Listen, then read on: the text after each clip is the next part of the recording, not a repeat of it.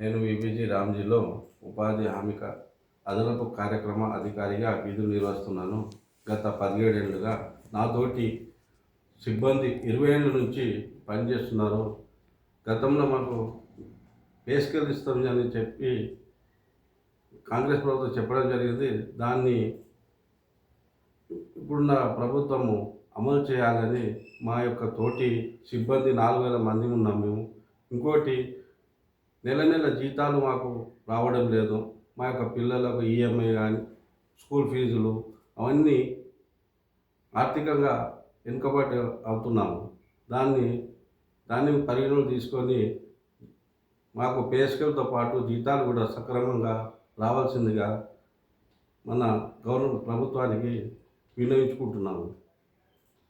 Pay scale వచ్చే వరకు మేము పెండౌన్ షట్డౌన్ నిర్వహించడం జరుగుతుంది. కావున మాకు పే స్కేల్ ఇవ్వగలరని మేమందరము సవినయంగా ముఖ్యమంత్రి గారిని కోరుచున్నాం.